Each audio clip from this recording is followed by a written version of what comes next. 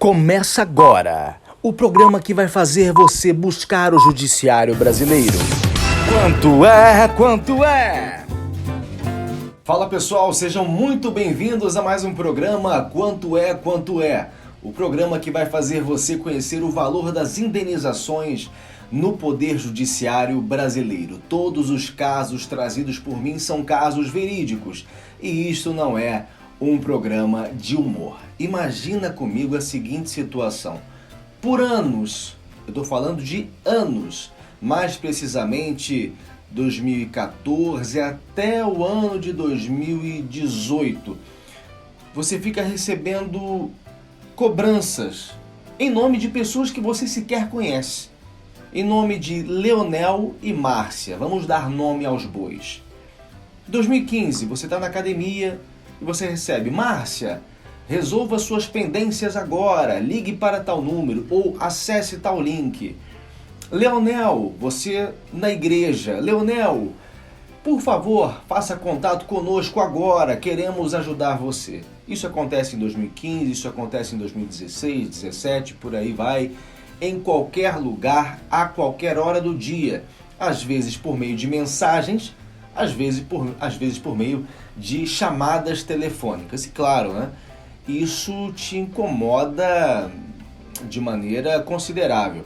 Em determinados momentos, a pessoa, em algumas ligações, chega a dizer: olha, eu não conheço Márcia, eu não conheço Leonel. Aliás, quem está falando? Qual empresa está me ligando? As mensagens sempre trazem a informação de que se trata do Banco do Brasil. Acerte suas pendências com o Banco do Brasil. Porém, não é o Banco do Brasil diretamente o responsável pelas cobranças.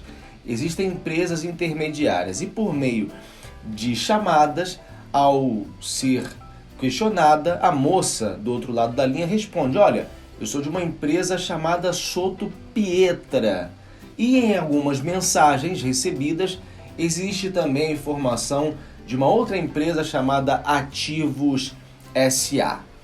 Depois de, por diversas vezes, pedir para que as cobranças parassem, depois de, por diversas vezes e ao longo de anos, informar as empresas que não se tratava de Leonel ou de Márcia e não ser atendido, obviamente, a pessoa já cansada de tantas ligações, sem saber quem é Leonel ou Márcia, obviamente ingressou no Poder Judiciário buscando uma indenização. E depois de um vasto material probatório que incluía gravações de chamadas telefônicas e também mensagens recebidas, os prints das mensagens, o Poder Judiciário entendeu pela condenação da cadeia das empresas que faziam a cobrança. E aqui nós chegamos ao ponto alto do nosso programa Quanto é? Quanto é?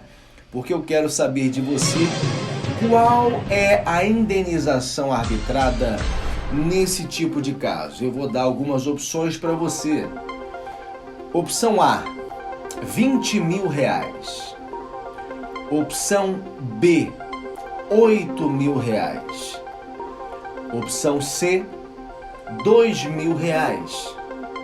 Opção D, R$80 mil. Eu vou dar um tempo para você poder pensar. E enquanto isso, você já sabe, eu vou adentrar aqui nos termos da nossa decisão.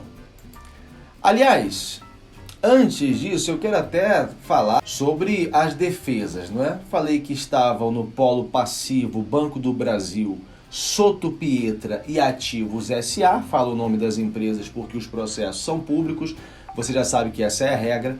No caso da Soto Pietra, por exemplo, a Soto Pietra quis tirar o dela da reta dizendo que era apenas a mandatária do Banco do Brasil.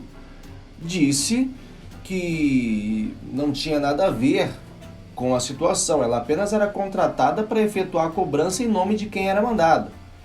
Mas o autor informou o seguinte: olha, não tem razão, porque ela faz parte da cadeia de cobranças, esse termo eu usei agora há pouco. ela faz parte da cadeia de cobranças e era a própria Souto Pietra que em diversos momentos, por meio de alguma funcionária, fazia contato com o autor. Foi isso que o autor disse. E outra, o autor falou o seguinte: como mandatária, ela deveria pelo menos se certificar de que estava cobrando a pessoa certa. Essa é outra informação. E, na defesa, essa empresa, Souto Pietra, também informou o seguinte: informou que na base de dados dele, ou dela, né, da empresa, sequer havia o nome do autor daquela ação. E o autor, na petição, naquilo que se chama de réplica à contestação, informou o seguinte: olha, é justamente por isso, por inexistir qualquer informação minha no banco de dados dessa empresa, com a qual eu nunca tive contato, que eu quero saber por que eu estou durante tantos anos recebendo cobranças em nome de Márcia e Leonel, sendo que eu já falei que não conheço nenhuma Márcia e Leonel e eu não me chamo Leonel nem Márcia. Então, essa foi a defesa da Souto Pietra. Já a Ativos S.A., primeiro, ela requereu de modo preliminar a decretação da prescrição da ação, porque informou que o autor estava contestando cobranças que eram datadas do ano de 2015. E o autor, na réplica, informou o seguinte: olha, eu acho que a Ativos S.A. realmente não leu o que está na petição inicial, porque as mensagens de 2015, e o autor apresentou várias telas, eram apenas para mostrar o quão longo é o tempo pelo qual já recebo cobranças. E outra, não existia razão para se falar na prescrição, que é a perda do direito de buscar determinado direito em juízo, porque o dano ele se perpetuou no tempo. E o autor, inclusive, coloca o seguinte na réplica: ainda na data de hoje, 12 de fevereiro de 2019, pela manhã, o autor recebeu mensagens de cobrança em nome de Leonel, conforme se apresenta, e coloca lá a tela. Eu falei que as cobranças perduraram até 2018, na verdade não, até 2019. E o autor fala o seguinte: eu só estou falando que as cobranças perduram de 2015 a 2019 porque eu não tenho mensagens anteriores, já apaguei várias delas. Por segundo o autor, antes de 2015 ele já recebia essas cobranças. A Ativos S.A. também informou o seguinte, alegou na verdade que não havia dano indenizável. Por quê? Porque embora recebesse cobranças em nome de outras pessoas, o nome do autor nunca foi negativado. E o autor respondeu o seguinte: não. O fato de não ter o nome inscrito no SPC não ilide a perturbação que já perdura há anos. E aqui é um ponto importante, porque o mero fato de não ter o nome inscrito no rol de inadimplente não retira a chateação, a angústia, o tempo dispendido durante anos. Eu não estou falando de uma cobrança isolada, estou falando de anos de cobrança. Então, no entender do autor daquela ação, era devido o dano moral. E o Banco do Brasil, doutor Ian? O Banco do Brasil fez de conta que não era com ele. Sequer apresentou defesa no processo. E aí, como eu falei para vocês, houve a condenação das empresas depois da petição inicial, contestação, réplica, produção de provas. E aí, qual foi a argumentação utilizada pelo juízo da causa? E aqui, inicialmente, você já vê em amarelo o seguinte: afasta-se a alegada preliminar de legitimidade passiva, arguida pela Souto Pietra, porque as cobranças eram por ela efetuadas, conforme se extrai da mídia colacionada nos autos. Exatamente o que eu falei para vocês. A Souto Pietra fazia cobrança, não interessa quem mandava ela fazer. E aí, o juiz entende que o autor comprovou o recebimento de diversas ligações, a procura de pessoas diversas, desconhecidas pela parte autora, diz que evidentemente isso causou bastante incômodo e que as mídias depositadas corroboram com aquilo que foi narrado pelo autor na peça exordial. E ele informa o seguinte: as mensagens e ligações são datadas de 2015 e não cessaram após o ajuizamento da ação. Portanto, Trata-se de conduta ilícita reiterada que se protraiu no tempo, de modo que não ocorreu a prescrição da pretensão ressarcitória. Então o juiz atendeu aqui a tese alegada corretamente pelo autor. Então ele considerou verdadeiros os fatos, o que evidencia o abuso de direito e a negligência das empresas quanto ao dever de cuidado na imediata comunicação dos envolvidos na relação a si confiada. Então ele considerou aqui que deveria existir um cuidado a partir do momento em que as empresas, e aqui falando especialmente de quem fazia a cobrança, tomou conhecimento de que estavam enviando mensagens, ligações para a pessoa errada, informar os mandatários, aqui o Banco do Brasil no caso.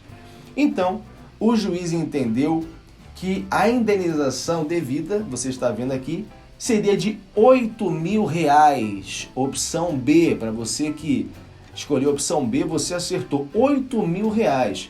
E aí deveria sofrer correção monetária e juros desde a data do fato, ou seja, desde 2015 em diante. Essa decisão ela é de 2 de abril de 2019. E aqui, gente, tem um fato interessante aqui.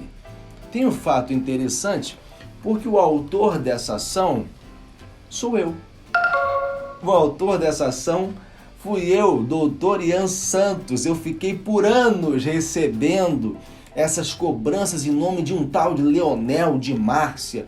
E eu tomei todos os cuidados em juntar provas. Eu sabia que uma ligação, 2 ligações não seriam suficientes para que o juiz pudesse determinar uma indenização. E eu precisava, mediante o conhecimento que eu tenho, que eu procuro passar para as pessoas que me procuram, inclusive, que formular prova. E eu formulei prova pacientemente durante anos. Eu queria que as ligações tivessem parado. Eles não pararam, então eu fui obrigado a ajuizar uma ação. Eles chegaram, inclusive, a ir ao tribunal. O tribunal, por meio do recurso inominado, no julgamento, determinou que a sentença estava correta e ainda condenou a empresa a pagar 15% de honorários advocatícios. No total, esse processo me deu em torno de R$12.000. 12 mil e pouquinho, tá? Tem um trecho interessante que eu até queria compartilhar com vocês. Vou voltar aqui. Isso aqui é uma parte do que eu escrevi, respondendo aquilo que a Ativos S.A. tinha comentado. A Ativos S.A. informa que adquiriu, junto ao Banco do Brasil, carteira de créditos inadimplidos que se estendiam ou que se entendiam ser provenientes do requerente, passando, portanto, a ser credora deste crédito, nos termos do que dispõe o artigo 293 do Código Civil. Sendo assim, entendia-se que a cobrança para o requerente era legítima e que não existia fato que desconstituísse o débito e cessasse a sua cobrança. E aí no item 4.2, vocês estão vendo ali, com perdão da palavra, excelência, eu vou tirar aqui minha câmera, com perdão da palavra, excelência, mas tendo em vista que aqui advoga em causa própria, pergunto, o que eu tenho o que eu tenho a ver com isso? O que eu tenho a ver com isso, excelência? Se eles achavam que a cobrança era legítima, o que eu tenho a ver com isso? Se eu falei que eu não sou Leonel Márcia, falei por diversas vezes, então, corretamente, o judiciário entendeu pela condenação. Muito obrigado a você que ficou até aqui em mais esse programa Quanto é? Quanto é? Para você que não me conhece, eu sou o Ian Santos, advogado. Conte sempre comigo. Até a próxima.